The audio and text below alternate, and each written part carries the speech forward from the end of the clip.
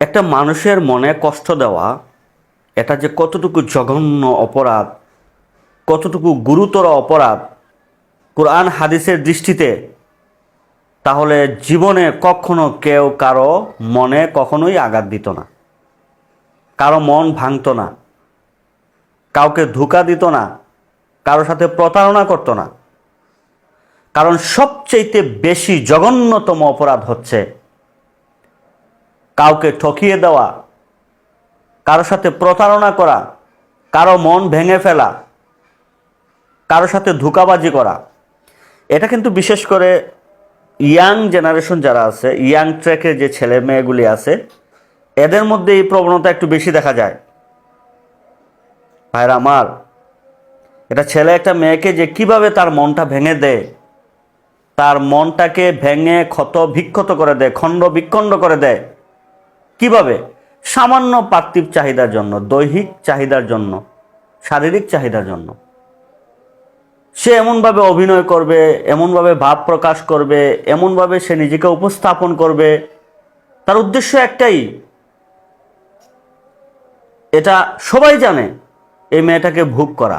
সুতরাং সে তার স্বার্থ হাসিল করার পর টিস্যুর মতো, ব্যবহারিক টিস্যুর মতো মেয়েটাকে ছুঁড়ে ফেলে দেয়, অন্যত্র চলে যায়। এটা যে কত বড় জঘন্য অপরাধ, এটা হকুল ইবাদের অন্তর্ভুক্ত। তার ওই মেয়েটাকে যে সে বিভিন্ন ধরনের ছলনা করে, বিভিন্ন ধরনের অভিনয় করে, মেয়েটাকে যে তার মনটাকে জয় করার জন্য সে যেভাবে মেয়ে পছন্দ করে, যে বিষয়গুলিকে পছন্দ করে, ওইভাবে সে নিজেকে তৈরি করে, মেয়েটাকে ঠকিয়ে তাকে অনেক সময় দেখা যায় তার ফিজিক্যাল স্বার্থ হাসিলের জন্য, অনেক সময় দেখা যায় টাকা পয়সার জন্য, এটা কষ্ট দিয়ে আবার সে যখন চলে যায়। এখানে দুটো জিনিস খেয়াল রাখবেন। একটা হচ্ছে হকুল ইবাদ, এটা হচ্ছে যে সে যতক্ষণ পর্যন্ত এই মেয়েটা তাকে ক্ষমা না করবে, ততক্ষণ পর্যন্ত কিয়ামতের ময়দানে সে ফেসে যাবে, আটকা পড়ে যাবে, উদ্ধার হতে পারবে না। 2 নম্বর হচ্ছে সে এখানে একটা জিনার গুনাহ করলো, ব্যভিচারের সাথে লিপ্ত হলো।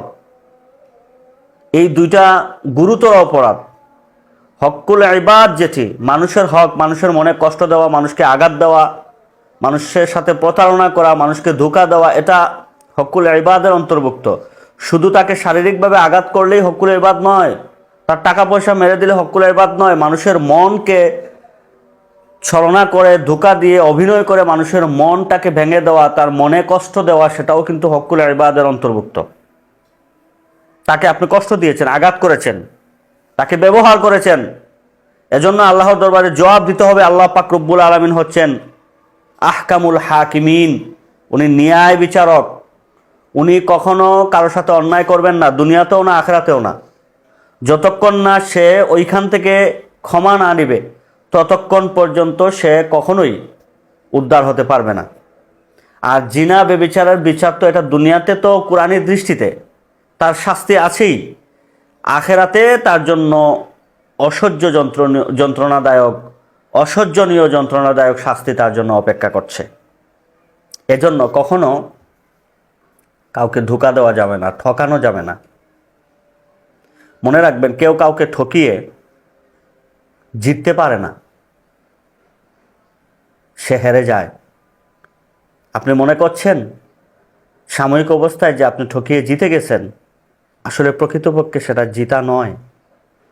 প্রকৃতপক্ষে আপনি হেরে গেলেন, জিতে গেল সেই যাকে ঠকিয়েছেন, সেই জিতে গেল।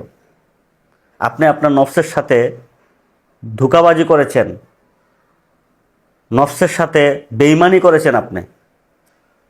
এজন্য ভাইরা আমার, এটা অত্যন্ত ভয়ঙ্কর পাপ, গুরুতর অপরাধ। মানুষকে ঠকানো যাবে না, কোনোভাবেই যাবে না।